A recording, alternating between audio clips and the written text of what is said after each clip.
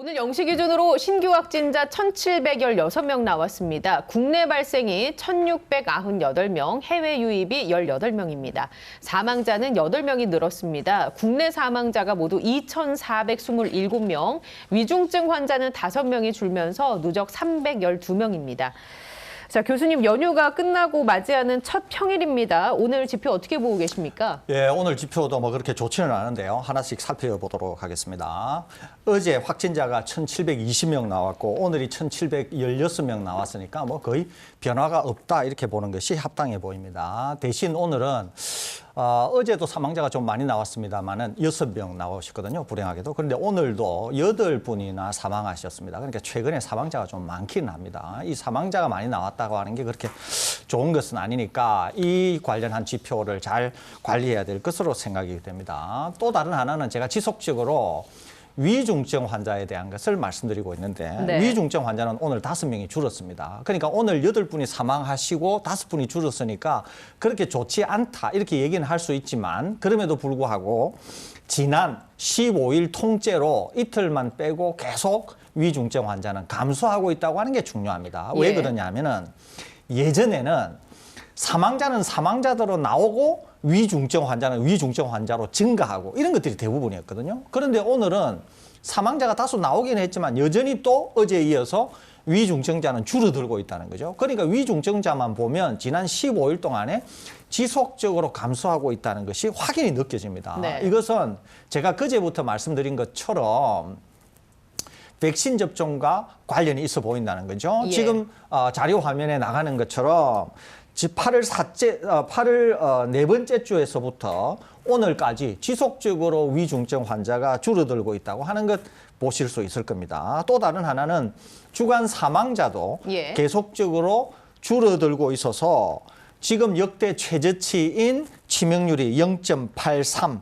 오늘은 뭐 어제하고 변동이 없습니다만은 이거 계속해서 떨어지면서 0.7까지 줄어들 것이라고 제가 말씀드렸지 그 않습니까? 8월 넷째 주에도 확진자가 4자릿수 그러니까 1,000명대, 뭐 2,000명대 초반까지도 나왔었는데 그때는 사망자가 74명이었던 거에 비하면 지금 똑같이 4자릿수지만 사망자는 절반 정도에 그치고 있군요. 그렇습니다. 예. 그렇습니다. 그렇기 때문에 계속 지표가 개선되는 것들이 있다는 거죠. 그러니까 확진자 수만 놓고 보면은 전혀 개선이 없다. 이렇게 봐도 무방하다는 거죠. 그러는데 다른 지표들, 위중증이나 예. 사망이나 이런 것들을 보면은 개선되는 쪽으로 가고 있다는 거죠. 그렇기 때문에 저는 확실히 백신의 효과는 있다. 이렇게 말씀드릴 수 있을 것 같고요. 조금 있다가 어제 방역 당국이 저희들이 요청드린 형태로 데이터를 공개를 했습니다. 그러니까 백신 접종자와 백신 미접종자, 그다음에 중증률 이런 것들을 종합적으로 거의 처음으로 발표를 했거든요.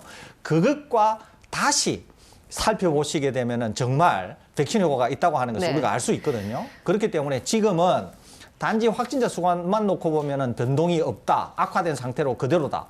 그렇지만 다른 지표들은 개선되는 방향으로 가고 있다. 이렇게 정리할 수 있을 것으로 보입니다. 예, 그 잠시 뒤에 그 얘기 좀 자세하게 나눠보도록 하고요. 사망자랑 위중증 환자 수는 개선이 되고 있다라고 얘기해 주셨는데 감염 재생산 지수는 어떻습니까? 중앙방역대책본부에서 나온 자료가 있는 걸로 알고 있는데요. 네, 그렇습니다. 이제 8월 넷째 주부터 9월 셋째 주 최근까지 예. 이제 감염 재생산 지수를 보면은 일단은 9월 초까지 잠시 줄어드는 듯 하다가 9월 둘째 주부터 다시 1을 넘기 시작해서 지금 이제 1.03까지 지금 가 있는 상황입니다. 네. 그러니까 이제 1을 기준으로 해가지고 설명을 드리면은 감염 재생산 지수가 1이면 지금의 확진자 규모가 똑같은 확진자 규모를 낳는다라는 것입니다. 예. 근데 이제 1보다 감염 재생산 지수가 크면은 유행이 점점 더 이제 커지는 방향으로 가는 것이고요. 1보다 적으면 유행이 감소하는 방향으로 가는 것인데 8월부터 9월 첫째 주까지는 유행이 좀 잡히는 듯 하다가 이제 9월 둘째 주부터 다시 이제 유행이 확산되는 국면으로 이제 미세하게나마 변했다라는 것이니까 최근에 확진 환자 규모가 줄기는커녕 오히려 일시적으로 늘어나는 듯 보이는 것과도 이렇게 부합하는 통계라고 할 수 있겠습니다. 그렇다면 추석 연휴에 이동량이 증가했지 않습니까? 연휴가 끝나고 재확산이 될지 걱정이 되는데 추석 연휴 끝나고 난 이후에 확산이 될지 잡힐지 이런 거 언제쯤 확인할 수 있을까요? 경향성. 그러니까 사실은 방역 당국도 굉장히 조심을 했고 주의를 기울였고 그리고 시민들도 굉장히 조심을 했기 때문에 작년 설이나 올해 설이나 혹은 작년 추석 때처럼 그때도 명절 때문에 폭발적으로 유행 양상이 바뀌는 현상이 일어나지 않았었거든요. 그래서 이번 추석 연휴 때도 미세하게나마 유행에 안 좋은 방향의 영향을 줄 것으로는 보이긴 합니다만은 걱정했던 것만큼의 폭발적인 증가세는 없으리라고 생각을 합니다. 예. 이제 그럼에도 불구하고 특히 비수도권 같은 경우에 다음 주, 다다음 주 정도의 유행 양상을 보면 이게 추석 효과로 늘어나는 효과가 생겼는지 아니면은 기후였는지가 확인이 될 것으로 보입니다. 네. 우선 하나는 매주에서 제일 중요한 게 수요일이지 않습니까? 그러는데 이번 주는 긴 연휴가 있었으니까 오늘이 연휴를 끝내고 첫 복귀를 했으니까 오늘이 마치 월요일이라고 볼 수 있는 예. 것이거든요. 그러니까 수요일 날에 보통 경향이 드러났으니까 이번 주 토요일은 온전히 검사가 되면서 드러날 가능성이 많습니다. 그런데 또 이번 주 주말이잖아요. 토요일이. 예. 그러니까 토요일은 금요일께 반영이 되니까 토요일 날 드러나는데 여기에서 지금 연휴에서 완전히 복귀를 안 한 분들도 있을 거거든요. 네. 단지 휴일이 이틀이기 때문에. 그래서 휴일을 그대로 쓰시는 분들도 계실 것으로 생각이 됩니다. 그러니까 첫째는 이번 주 토요일 날에 일부는 드러날 가능성이 있다는 점. 본격적인 것은 다음 주 수요일부터 드러날 것 같습니다. 그러니까 다음 주 수, 네. 목, 금, 토를 이번 연휴 기간이 아니라 그 전 연휴 기간하고 비교를 해보면은 이때 확실한 경향을 알 수 있지 않을까 그렇게 생각이 되니까 다음 주 수, 목, 금, 토가 굉장히 중요해 보입니다. 예. 백신 접종 현황은 어떻습니까? 어제도 많은 분이 맞으셨네요. 네, 그렇습니다. 어제도 한 4만 명 넘게 백신 접종을 했거든요. 그러니까 연휴 마지막 날 또 문을 연 의료기관들이 있었기 때문에 미리 예약되신 분들이 백신 접종을 하신 건데요. 1차 27,400명, 그리고 2차 접종 완료자는 15,791명이 백신 접종을 했습니다. 그래서 1차 접종 누적은 3,657만 105명으로 인구 대비 71.2%, 그리고 2차까지 접종을 하신 분들 같은 경우에는 2,220만 4천여 명으로 인구 예. 대비 43.2%입니다. 이걸 이제 전체 인구가 아니라 백신 접종이 가능한 18세 이상만 놓고 보면은 1차 접종하신 분들은 80%가 넘어가고요. 예. 그리고 2차 접종하신 분들도 50%가 넘어가는 상황입니다. 자, 지금까지 데이터를 좀 자세하게 살펴봤는데요. 이제부터는 이런 얘기를 좀 나눠보겠습니다. 백신 접종률이 말씀해 주신 것처럼 인구 대비 71.2%가 넘어가는 상황 속에서 우리가 데이터를 좀 현명하게 쪼개서 나눠서 좀 살펴봐야 할 것 같습니다. 무슨 얘기냐 하면 저희가 며칠 전에 그저께 방송이던가요? 앞으로 확진자 통계를 잡을 때도 좀 더 스마트하게 접근할 필요성이 있다라고 얘기를 하면서 살짝 언급을 한 것이 확진자 숫자를 발표를 할 때 그 확진자 중에 백신 미접종자가 얼마나 되느냐를 좀 더 추가를 했으면 좋겠다라는 얘기를 살짝 드렸었습니다. 그랬더니 그 방송을 보고 시청자 한 분이 댓글을 달아주셨어요. 아이디 전윤식 님께서 이제 백신 미접종자를 확진자 숫자를 발표할 때 같이 넣는 게 어떨까요? 라면서 백신 접종률을 올릴 수 있는 획기적인 방법이 될 것 같습니다. 라고 의견을 주셨습니다. 자, 두 분은 이 의견에 대해서 어떤 의견이신지 좀 더 구체적으로 본인들의 의견을 좀 개진해 주시죠. 네, 일단은 제가 이제 처음에 이런 말씀을 드렸었는데 좀 더 구체화해서 말씀을 드려보도록 하겠습니다. 일단은 백신 접종이 어느 정도 진행이 되면은 예를 들어서 우리나라 전체 인구 중에서 굉장히 좀 높이 잡아서 지금 80% 정도를 목표치라고 하면은 80% 정도가 백신 접종을 맞으면 우리나라 전체 인구가 5,200만 명 정도니까 한 4,100만 명 정도가 백신을 접종하게 됩니다. 예. 그러면은 1,100만 명 정도가 남게 되잖아요. 근데 1,100만 명 중에서 한 800만 명은 0세부터 17세까지 아동이에요. 그러니까 애초에 백신 접종을 하지 못하거나 혹은 권장되지 않는 연령대가 한 800만 네. 명 정도가 있습니다. 그러면 1,100만에서 800만 명을 빼면 300만 명 정도의 이제 온전한 미접종자가 남잖아요. 지금 현재 577만 명 정도가 백신 접종 예약을 안 하고 있는데 접종 대상군 중에서 이 중에서 한 200만 명 정도가 더 접종을 한다고 치면 한 300만 명 정도가 남는 거죠. 예. 저는 그 300만 명보다 더 줄어들기는 좀 어렵지 않을까라고 조심스럽게 전망을 하고 있습니다. 자, 그러면 이제 이런 상황이 되면 이제 우리나라 인구는 크게 이제 세 집단으로 쪼개지게 됩니다. 백신을 계기로 해서 백신 접종을 완료하신 분들 한 4,100만 명 정도. 그리고 백신을 아예 접종하지 못하는 0세부터 17세까지 아동들 한 800만 명 정도. 예. 이제 그 800만 명에는 아동들 외에도 뭐 임신부라던가 아니면 불가피한 사유로 백신 접종을 하고 싶어도 못 하시는 분들까지도 그냥 대충 포함해서 한 800만 명이라고 합시다. 그러면 나머지 한 300만 명 정도는 백신을 접종하지 않으신 분들이 되는 거죠. 그런데 이 300만 명이 앞으로 유행을 주도하게 될 가능성이 예. 굉장히 크고, 그렇게 유행을 주도하는 300만 명들 속에서 나오는 확진자들이 유행도 주도하고 입원할 가능성도 크고 위중증으로 이어질 가능성도 크고, 그중에서 고위험군은 자칫하면 사망으로 이어질 가능성도 클 것이라는 겁니다. 그러니까 이분들이 이제 문제가 되고, 또 뭐 이런 표현을 써도 괜찮다면 골칫거리가 된다라는 거죠. 방역 당국 입장에서는.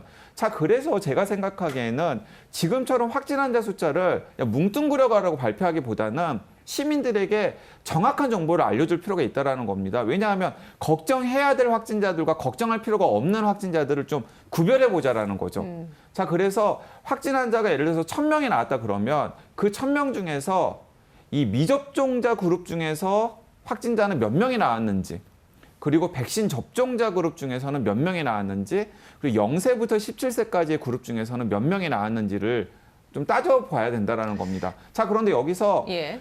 후자의 두 그룹은 사실은 크게 걱정할 필요가 없어요. 백신 접종자들 중에서 나오는 확진자들은 이른바 돌파 감염자들이죠. 이분들 같은 경우에는 입원할 가능성도 굉장히 낮고, 위중증으로 이어질 가능성은 더 낮고, 치명률에 반영될 가능성은 더더욱 낮기 때문에 사실은 걱정할 필요가 없는 확진자 숫자고요. 0세부터 17세까지도 계속해서 모니터링은 해야 돼. 일반적인 0세부터 17세 그룹들 같은 경우에는 설사 코로나19에 감염되더라도 바이러스 배출량도 적고, 증상이 나타날 가능성도 적고, 그러니까 위중증으로 이어지거나 사망할 가능성도 굉장히 적기 때문에 예. 이분들도 추이는 살피듯 사실은 걱정할 필요가 없는 거죠. 그러면은 예. 앞에 이제 온전한 백신을 미접종한 확진자에만 우리가 초점을 맞춰볼 수 있다는 겁니다. 그러면 저 여러 가지 효과가 생길 것 같아요. 확진 환자가 1000명, 2000명이라고 하더라도 백신 미접종자 그룹에서 몇 명이 나왔는지를 일단 확인을 하면, 백신을 맞는 게 이렇게 중요하구나라는 걸 다시 한번 상기시켜주는 효과도 있을 테고요. 이제 이런 통계들을 접하다 보면은 그 백신 미접종자들 중에서 마음을 바꿔가지고 나 이제 백신을 좀 접종해야겠구나라는 생각이 들 수도 있겠고요. 그리고 또 이 돌파 감염자들이나 혹은 0세부터 17세까지에서 나오는 이 확진 환자 숫자들 때문에 괜히 시민들이 공포심이나 불안감을 안 가져도 되기 때문에 제가 생각하기에는 방역의 방향을 정하는 데 있어서도 이런 식으로 좀 세부적으로 나눠서 이제 발표를 하는 게 필요하지 않을까 하는 생각이 듭니다. 위중증 환자 수는 어떨까요? 그 위중증 환자들 중에서도 백신 미접종자가 여태까지 다른 나라 케이스들을 봐도 많이 나오고 있으니까 네, 그런 부분을 저는 그런 것도 예. 보여주는 게 필요할 것으로 좀 보이는데, 감안해서. 사실은 위중증 환자 같은 경우는 거의 대부분이 다 백신 미접종자일 것이기 때문에 예. 그런 것도 저는 투명하게 보여주는 게 저는 필요할 것으로 보입니다. 교수님의 의견은 어떻습니까? 예, 뭐 저는 뭐 강 기자님 의견에 전적으로 동의합니다. 예. 그 위중증 환자를 앞으로 단계적 일상 회복을 가는 상황 속에서는 그 위중증 환자를 이제 관리하는 게 중요하지 않습니까? 어떻게 보세요? 지금 의료 체계로도 뭐 늘리거나 인력을 충원하거나 시설을 늘리지 않아도 충분히 지금 상황에서 이 정도 수준이면 감당이 가능할까요? 네, 사실은 근데 그 300만 명에서 한 500만 명 예. 정도의 백신을 접종하지 않으시는 분들이 유행을 어떤 식으로 주도를 할지가 사실은 관건으로 보여요. 왜냐하면 예를 들어서 300만 명이나 500만 명이라고 하더라도 그게 적은 숫자가 아니거든요. 그렇기 때문에 설대우 교수님이나 저나 또 방역당국도 계속해서 단계적 일상회복의 단계를 강조하는 것입니다. 예. 왜냐하면은 그 백신을 미접종한 그룹들 사이에서 확진 환자들이 폭발적으로 나오게 되면은 그분들 중에서도 80대 이상도 있고 70대도 있고 60대도 있고 50대도 있으시거든요. 근데 그런 분들은 어쩔 수 없이 N수가 커지면은 위중증 환자로 이어질 수밖에 없습니다. 자, 그런데 그 N수가 우리가 감당할 수 없을 정도로 예. 커지게 되면은 그 위중증 환자의 규모도 늘어날 수밖에 없기 때문에 이제 그런 부분들을 우리가 어떻게 속도 조절을 할 수 있을지가 이 단계적 일상 회복의 가장 중요한 포인트가 될 수 있지 않을까라는 생각이 듭니다. 그럼 기본 예. 개념은 이겁니다. 기본 개념은. 그러니까 기본 개념은 이거예요. 이제 영국의 사례를 참조하면서 우리가 좀 살펴볼게 이겁니다. 자, 영국인 경우에는 백신 접종률이 어느 정도 되고 경제가 어떤 압박을 받으니까 봉쇄 해제를 하면서 그날부로 전부 마스크를 일시에 다 벗었지 않습니까? 그러니까 어떻게 되냐면은 바로 그 지점에서 확진자가 폭발적으로 늘어났다는 거죠. 그러니까 욕을 하면 안 된다는 거예요. 그러니까 한꺼번에 늘어나서 부담을 주게 되면은 이제 문제가 생길 수 있다는 거죠. 그러니까 어떻게 해야 되냐면은 확진자가 0명 봉쇄를 해제하면서 그날부터 확진자를 0명으로 할 수는 없지만은 확진자 수를 관리 가능한 범주에서 점차적으로 연착륙을 시도해야 된다는 거죠. 그러니까 우리나라가 예를 들면 이렇게 한번 해봅시다. 경증 환자라서 크게 문제가 안 될 경우에 이제 치료센터에서 할 경우는 크게 문제가 없지 않습니까? 또 단계적 일상 회복으로 갈 경우에는 자가 치료도 할 가능성이 많다는 거죠. 그러니까 우리가 살펴봐야 될 것은 병원에서 관리를 해야 되는 이제 환자들만 예. 생각하면 되는 거예요. 그러는데 단계적 일상 회복을 가는데 단계를 우리가 이제 잠시 옆으로 제쳐두고 어떤 조치를 취했더니만 하루에 위중증 환자가 가령 예를 들면 500명이 쏟아진 거예요, 이게. 이렇게 되면 안 된다는 거예요. 그러니까 확진자가 나오고 위중증자가 나오더라도 위중증자가 하루에 방역당국이 생각할 때 20명 정도면은 관리 가능하다. 또는 확진자가 나와도 한 하루에 2,000명 수준까지는 관리 가능하다. 이 범주로 가면서 감염이 되더라도 회복이 되면은 일부 면역을 획득하게 되잖아요. 그러면서 점차 확진자가 나오는 양상을 줄여가고 백신 접종을 통해서 연착륙을 시도해야 된다는 거죠. 그러니까 우리는 바로 그런 점에 초점을 맞추면서 연착륙을 할 수 있되 기본적으로 예. 감내 가능한 수준이 어디인가 이것을 계속 유지를 해가면서 연착륙을 시도해야 된다는 거죠. 그러니까 기본 개념은 바로 여기에 있다고 하는 예. 점, 그게 제일 중요하다고 하는 점, 그런 점을 이해하셔야 될 것으로 사실 생각이 이제 됩니다. 현장의 의료진이 압박을 느끼지 않는 수준의 위중증 환자 숫자는 한 100명 정도 미만으로 관리가 되는 거라고 생각합니다.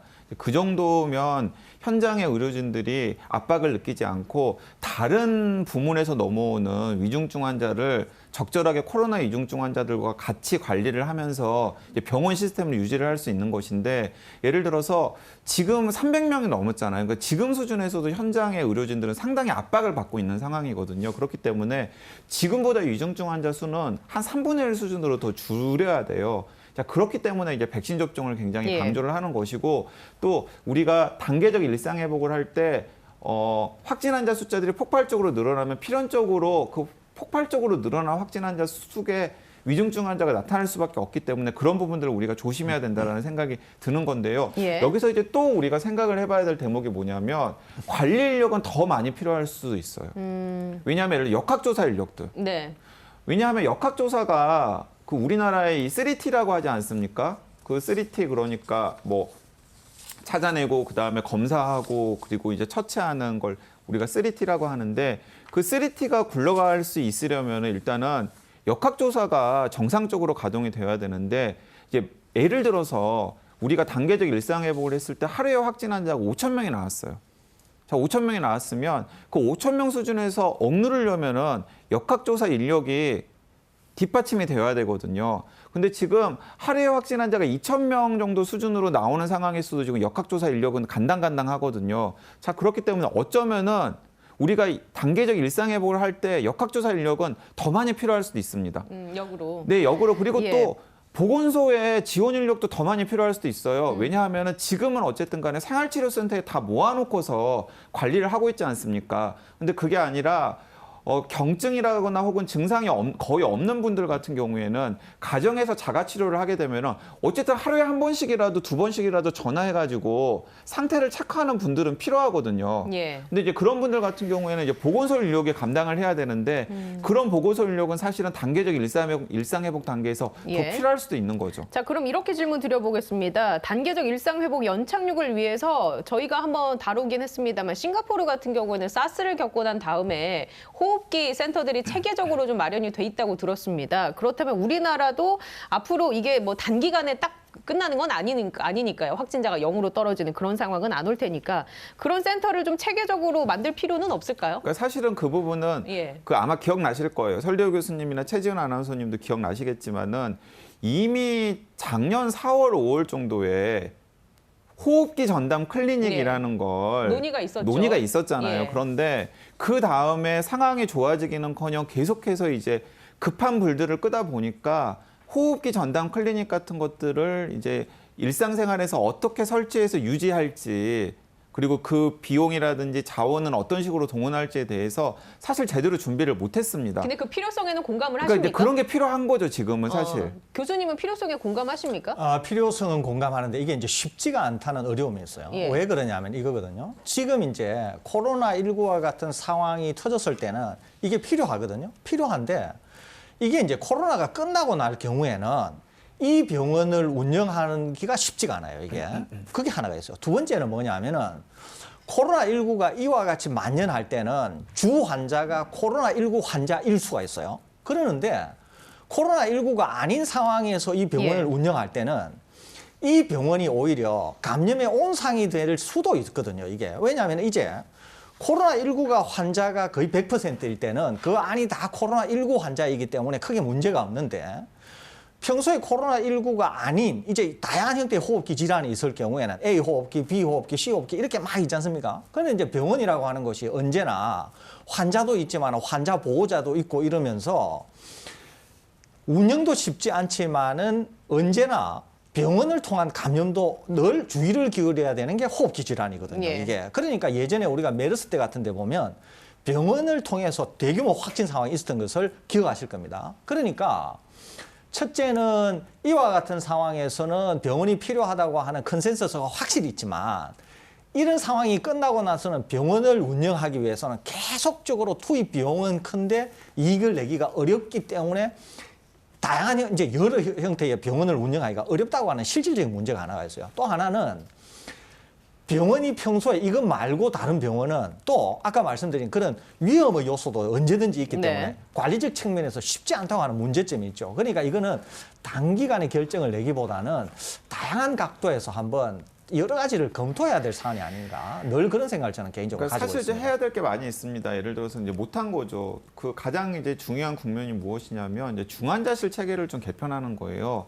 항상 우리 이런 얘기 많이 하지 않습니까? 아니 미국에서는 기존에 쓰던 중환자실에다가 그대로 코로나19 환자 다 입원시키던데 왜 한국은 안 되냐? 한국은 중환자실 시스템이 그런 식으로 안 되어 있기 때문이에요. 미국은 다 1인 격리실로 중환자실이 다 세팅이 되어 있고 그 1인 격리실 상태의 중환자실을 유지하기 위한 중환자실 인력도 다 평소에 준비가 되어 있는데 우리나라는 그런 게 되어 있지 않기 때문에 상급 종합병원들의 중환자실을 정부가 수용해야 되는 형태가 되어야 코로나19 같은 감염병 중환자들이 늘어날 때 거기에 맞춤해가지고 대비를 할 수 있는 거거든요. 자, 그러면 이제 앞으로도 이런 사태가 언제 다시 재발될 수 없기 때문에 우리나라가 병원들이 중환자실에 투자를 할 수 있도록 여러 가지 여건들을 또 정부에서 지원을 해주면서 중환자실 체계를 개편하자라는 얘기는 필요하죠. 그런데 예. 그게 사실은 짧아도 1, 2년이 걸릴 일이잖아요. 예. 근데 그걸 이제 지금 당장 논의를 시작해가지고 한다고 하더라도 사실은 빠른 식으로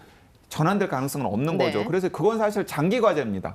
앞으로 한 4년, 예. 5년 동안 우리나라의 중환자실을 어떤 식으로 감염병 사태에서도 되게 그 플렉서블하게 유연하게 대응할 수 있도록 하는 체계로 만들 것인지 이제 이런 부분들이 하나가 있는 것이고요. 또 하나는 그 설대호 교수님께서 방금 중요한 지적을 해주셨는데 싱가포르 같은 경우에는 이렇게 생각을 하는 거거든요. 2003년 사스를 겪은 다음에 거기는 또 이제 그 동남아시아의 한 곳에 딱 있지 않습니까? 예. 그래서 우리는 어디서든 호흡기 바이러스 질환이 터지면 우리나라가 1차 공격지가 될 수 있다라는 약간 그런 위기의식을 가지고 있는 거예요. 그래서 최소한 호흡기 클리닉 같은 경우에는 방금 설 교수님께서 이야기한 여러 가지 문제점들을 시스템적으로 보완을 하면서 국가에서 계속해서 자원을 지원하더라도 그걸 정착시켜서 유지하겠다라고 해서 지금 어쨌든 코로나19 대응하는 데 있어서는 조금 나은 측면이 있었던 거죠. 다른 나라에 비해서. 우리나라도 중국 옆에 있고 또 동북아시아에 있기 때문에 언제든지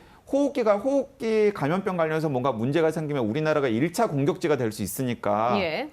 1차 공격지가 될 수 있으니까 우리나라도 호흡기 클리닉만큼은 평소에도 거의 비상사태에 대비할 수 있을 정도로 유지를 하자라는 합의가 생기면 정부가 계속해서 평소에도 투입을 해야죠.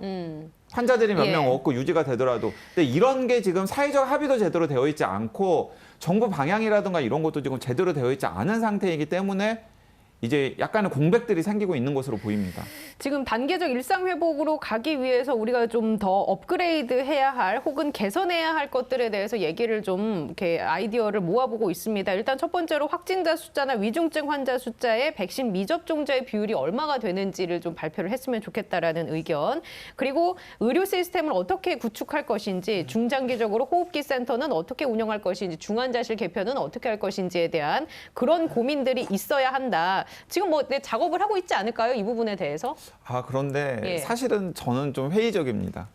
예를 들어서 2015년에 메르스가 돌았을 때 그다음에 메르스 전과 메르스 후의 응급실 시스템은 상당히 많이 개선이 되었거든요. 그리고 그렇게 응급실 시스템이 개선될 수 있었던 중요한 이유는 무엇이냐면 병원의 의지도 중요하지만 정부가 병원이 응급실 시스템을 개선한다고 했을 때 전폭적으로 지원을 했었던 거예요.